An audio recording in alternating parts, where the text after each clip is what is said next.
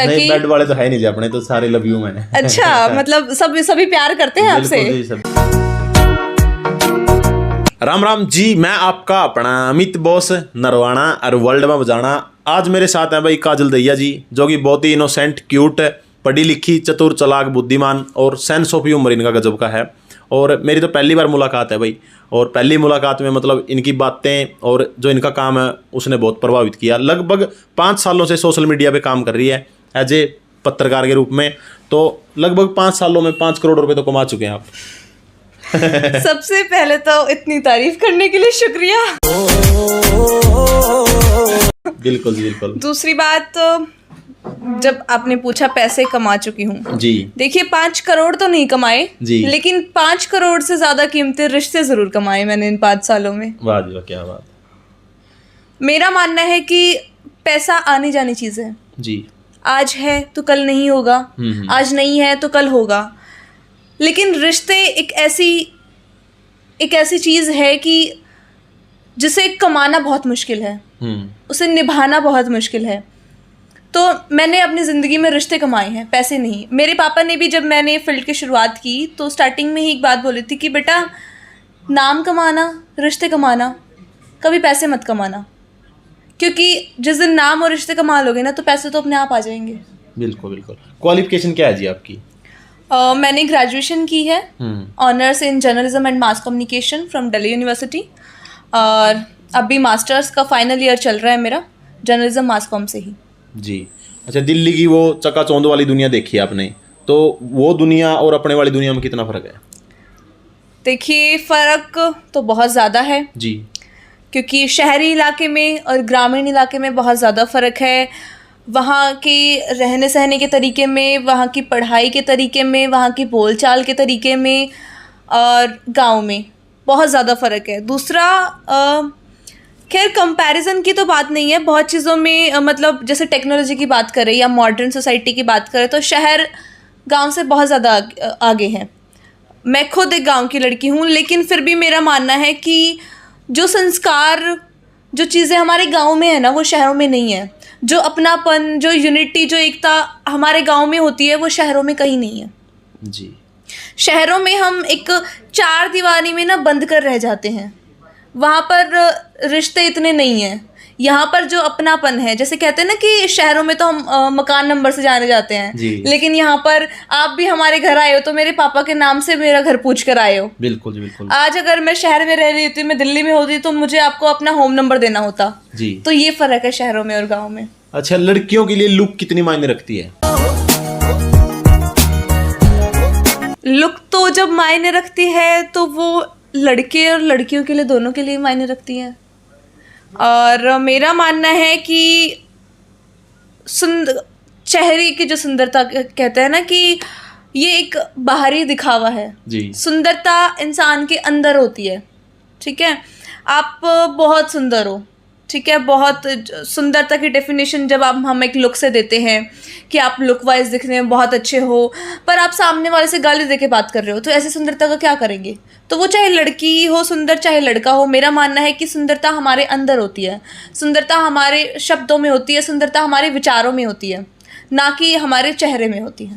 जी, आजकल जैसे love marriage का बहुत क्रेज है जी, तो लव मैरिज के ऊपर क्या कहना चाहोगे आप? मतलब बाहर जा रहे हैं लड़के, मतलब किसी को भगा के ले जाते हैं, मतलब वो थोड़ा सा मतलब घर वालों से दूरी बना लेते हैं। जी जी जी। और एक इसका कारण ये भी है कि भाई मतलब शादी भी नहीं हो रही, तो लेकिन मतलब कहाँ तक जाए जाए?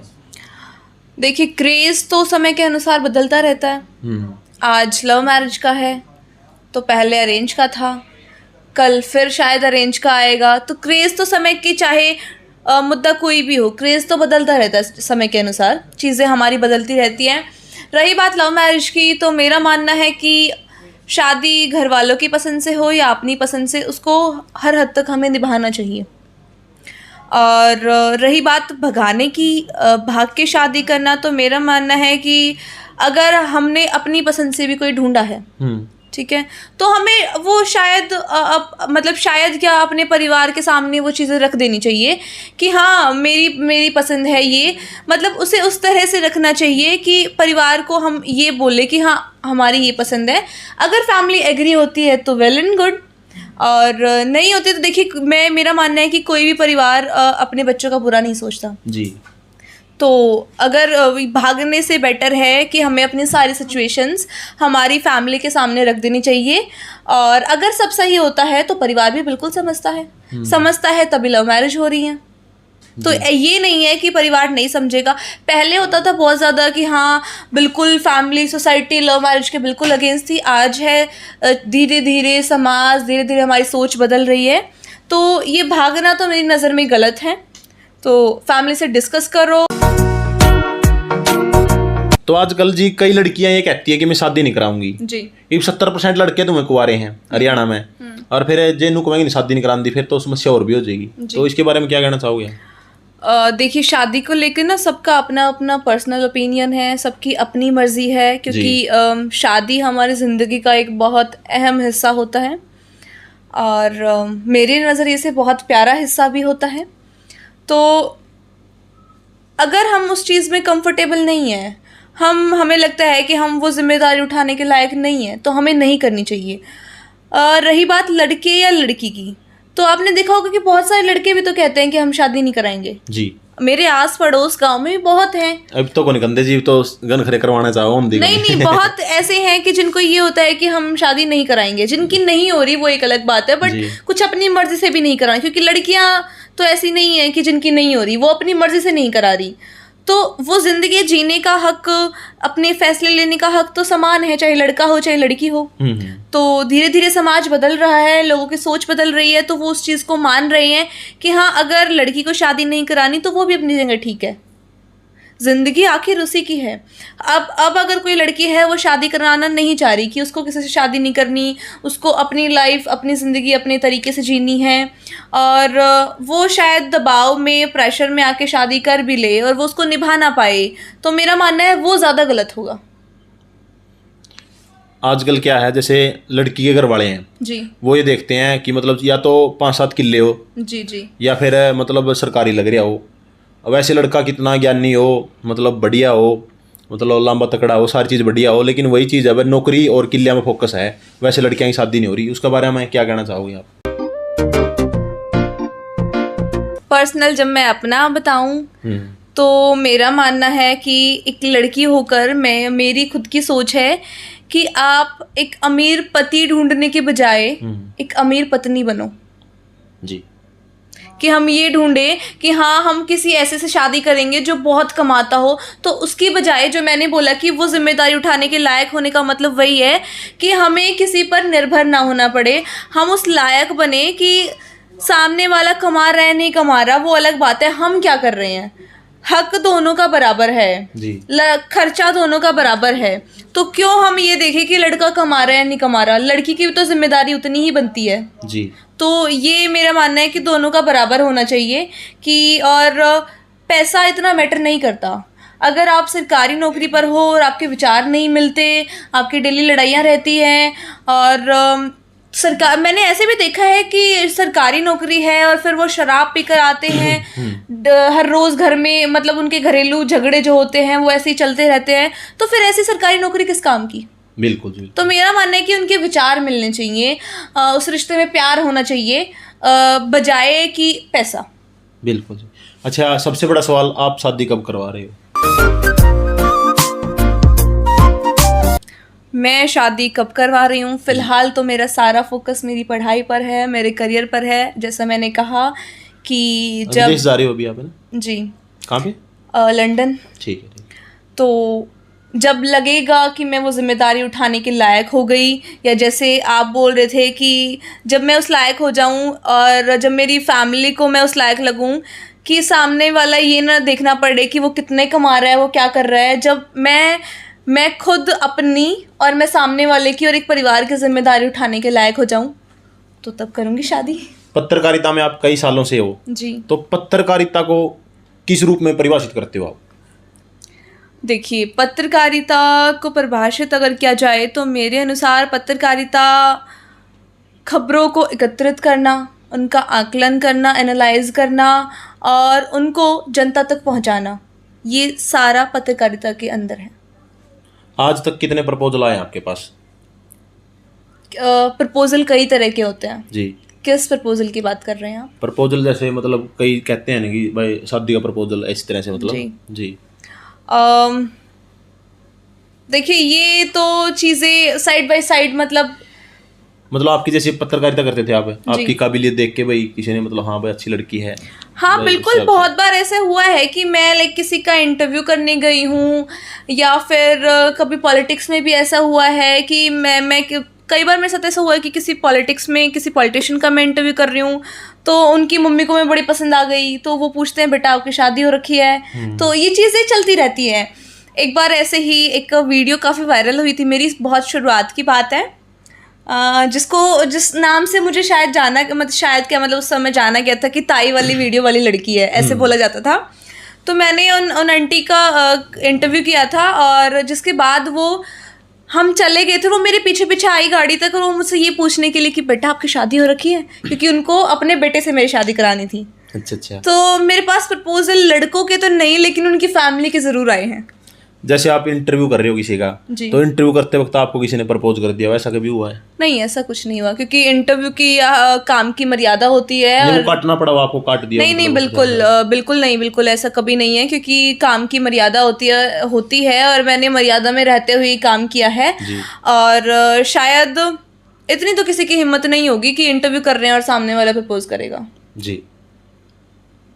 अच्छा, नॉर्मल लाइफ में और प्रोफेशनल लाइफ में कितना वो समझते हो आप? जैसे आप थोड़ा सा प्रोफेशनल जीते हो जी, तो नॉर्मल लाइफ मतलब उससे तुलना करते हो तो कंपैरिजन में कैसे आंकलन करते हो आप उसका?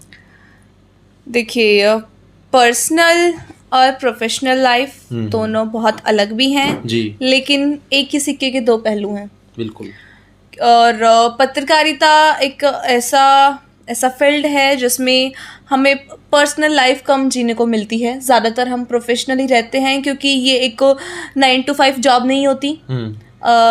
पत्रकारिता एक 24 आवर्स वाली जॉब है, जिसमें हमें कभी भी कहीं भी जाना पड़ सकता है, और हर समय हर वक्त चीज़ों पर नज़र रखनी होती है। चारों तरफ क्या घटनाएं हो रही हैं, उन घटनाओं पर नज़र रखनी होती है, कब कहाँ कैसे क्या घटित हो रहा है, इन सब पर हमारी पूरी नज़र रहती है जी। तो इसमें पर्सनल और प्रोफेशनल दोनों ना एक साथ ही हमें चलानी पड़ती है। तो इसीलिए मैंने कहा कि ये एक ही सिक्के के दो पहलू हैं, और पत्रकारिता मेरे लिए मेरा पैशन और मेरा प्रोफेशन दोनों रही हैं, तो इसलिए ये मेरी पर्सनल लाइफ का प्रोफेशनल दोनों का हिस्सा रहा है। तो ज़्यादा फ़र्क नहीं देखती मैं अपनी लाइफ में। मतलब कुछ लोग ये कहते हैं कि भाई ज़्यादा पढ़ा लिखा आदमी कम कामयाब होता है और कम पढ़ा लिखा ज़्यादा कामयाब हो जाता है, तो ज़्यादा पढ़ने की ज़रूरत क्या है फिर? जैसे आप पढ़ाई करने लग रहे हो इतनी। जी बिल्कुल। उसके बारे में क्या कहना चाहोगे? जी देखिए, हरियाणवी में एक कहावत है जी कि एक होता है पढ़ा हुआ, एक होता है कड़ा हुआ। ठीक है, जो मुझे मेरे पापा बताते आए हैं कि ये पहले के समय में होता था। पहले के समय में क्या होता था कि हमारे जो दादा थे, दादा परदादा, उनको बहुत ज़्यादा नॉलेज होती थी। वो एक मतलब बहुत ज़्यादा नॉलेज होती थी, वो बड़ों से, अपने बड़ों के पास बैठ के हर चीज़ सीखते थे। ठीक है, उस समय पढ़ाई का इतना ज़्यादा नहीं होता था, तो इसलिए वो जब अगर पढ़ाई नहीं है तो वो बाकी चीज़ें सीखते थे। आज के टाइम पे क्या है, ज़्यादातर फोकस हमारी पढ़ाई पे है, क्योंकि समाज बदल रहा है, चीज़ें बदल रही हैं। आज के टाइम पे टेक्नोलॉजी आ गई, तो टेक्नोलॉजी में किस चीज़ की ज़रूरत है? पढ़ाई की ज़रूरत है। बिना पढ़ाई के वो चीज़ें तो होंगी नहीं। तो अब वो चीज़ें जो हम कहते हैं कि बिना पढ़ा लिखा भी कामयाब हो जाएगा, लेकिन इतनी आसानी से नहीं, उस लेवल पे नहीं जा सकते। उस लेवल, मेरे अकॉर्डिंग उस लेवल पे नहीं। देखिए, टैलेंट होना चाहिए, ठीक है, वो ज़रूरी नहीं है कि पढ़ाई से ही होगा, वो बिना पढ़ाई के भी आएगा। अब जैसे मैं एंकरिंग कर रही हूँ, तो ये जर्नलिज्म करने से पहले ही मैं एंकरिंग करनी शुरू कर रही थी, तो मैं ये नहीं कह सकती कि पत्रकारिता की डिग्री लेने से ही मैंने ये किया है, लेकिन पत्रकारिता की पढ़ाई करने से, वो पत्रकारिता के एथिक्स क्या होते हैं, पत्रकारिता क्या होती है, पत्रकारिता में एक पत्रकार की क्या जिम्मेदारियाँ होती हैं, क्या उसका काम होता है, ये सब मुझे कहाँ से पता चला है। हो सकता है कि शायद ये बोलना, ये चीज़ें मेरे अंदर पहले से हों, लेकिन वो किस तरह से बोलना है, क्या करना है, वो सब तो मैंने पत्रकारिता की पढ़ाई से ही सीखा है। तो आज के टाइम पे पढ़ाई बहुत ज़्यादा ज़रूरी है। बिल्कुल जी। अच्छा, जैसे पत्रकारिता करते थे आप, जी, ठीक है, बीच में आपको छोड़नी पड़ी, चलो जो भी मजबूरियां रही होगी, कोई ऐसा फैन मिला हो आपने, मतलब आपका दिल जीत लिया? हाँ, कोई ऐसी घटना, मतलब कहीं जा रहे हो, मतलब या कोई इंटरव्यू कर रहे हो या कहीं पे, मतलब? ऐसे होता तो बहुत बार था। कोई बेस्ट मोमेंट, बेस्ट एवर, जो आपको सारी उम्र याद रहेगा? ऐसा उस मोमेंट की आज भी आपको याद आ जाती है? लाइक जैसे मेरे ऑफिस मेरे साथ हुआ तो बहुत बार है, बट ऐसे बेस्ट करके तो मैं कैसे बताऊं। देखो लोगों का प्यार जिस समय मैंने काम किया बहुत मिला, उसको मैं कम ज़्यादा में नहीं कि मतलब मैं उसका आकलन नहीं कर सकती कि किसका कम किसका ज़्यादा जी। ठीक है, लोगों का प्यार बहुत मिला, बहुत ज़्यादा मिला, सबका समान मिला। हो सकता है किसी ने थोड़ा कम किया, किसी ने थोड़ा ज़्यादा किया, लेकिन जैसे कई बार होता था कि मैं काम के बाद घर आ जाती थी, तो उसके बाद ऑफिस की टीम होती थी, तो जैसे मैं शाम को घर आती थी तो वो लोग पूरी रात काम करते थे, बाहर जाते थे, तो उनसे पूछते थे कि हाँ काजल दैया आपकी ऑफिस से है, तो वो कुछ ऐसे न ऐसी बातें बोल देते थे, तो वो अगले दिन आके मुझे बताते थे और फिर वो बहुत दिनों तक वो बातें चलती थी। और एक लड़का था सोनीपत से ही जी,